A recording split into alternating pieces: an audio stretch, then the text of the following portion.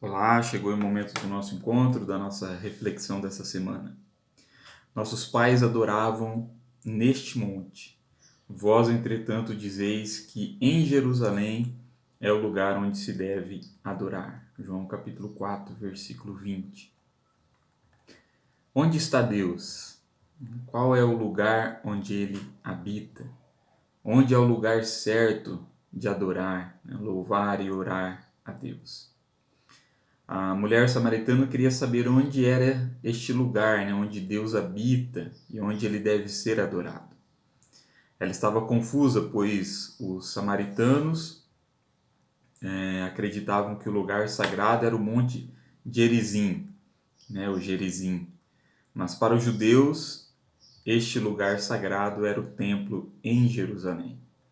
E Jesus responde àquela mulher dizendo que não era nem um lugar nem outro. O que importava era adorar a Deus, o que importa é adorar a Deus em espírito e em verdade. Muitos ainda hoje discutem sobre qual é o local certo, o lugar certo onde se deve adorar, louvar, orar a Deus. Os judeus e muitas outras pessoas, inclusive alguns cristãos, continuam considerando o Templo de Jerusalém, ou melhor, o que sobrou dele, o Muro das Lamentações, o local sagrado, onde se deve adorar, onde se deve orar a Deus. Se voltam para este lugar, para adorar a Deus, oram encostados, voltados para este muro, como se ali estivesse a presença de Deus. E orar com o rosto virado para o templo, era de Jerusalém, era um hábito comum dos judeus no Antigo Testamento.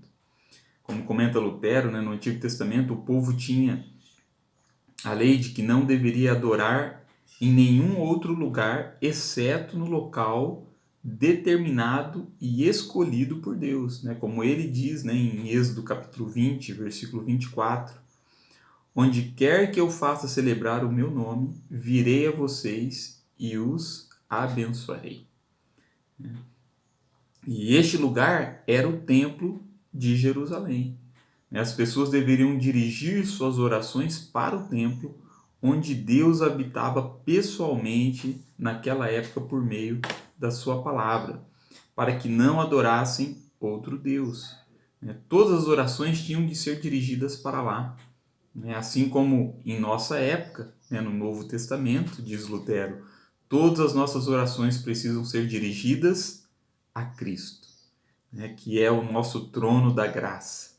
De modo que não devemos conhecer, nem adorar, nem invocar outro Deus, exceto aquele que habita fisicamente no ser humano Jesus Cristo, pois do resto também não há outro Deus. Deus ele não habita em locais ou templos construídos pelos homens. É como declarou Estevão em Atos capítulo 7, versículo 47 a 48. Estevão diz: foi Salomão quem construiu a casa de Deus. Porém, o Altíssimo não mora em casas construídas por seres humanos. Deus habita em Jesus.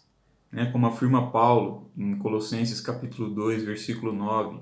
Pois em Cristo habita corporalmente toda a plenitude da divindade. Jesus é o novo templo, é o novo e verdadeiro templo de Deus, onde Deus habita.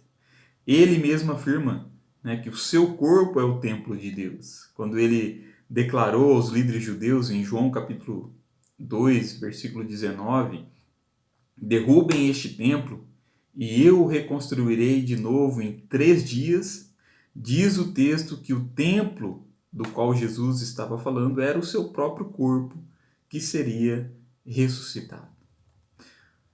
Portanto, no Antigo Testamento se acreditava que Deus habitava no tabernáculo, e mais tarde no templo de Jerusalém, mas agora no Novo Testamento nós sabemos que Deus, o Deus verdadeiro, habita na pessoa do seu Filho, no ser humano Jesus, o Cristo. Assim, para orar, para louvar e adorar a Deus, não precisamos dirigir o nosso olhar para o templo de Jerusalém, nos voltar para o templo, nem para Meca, nem para a Basílica de São Pedro ou qualquer outro lugar construído pelos homens, né? Mas somente para Jesus. Devemos nos voltar para Cristo, né? Pois é nele, em Cristo, que Deus está.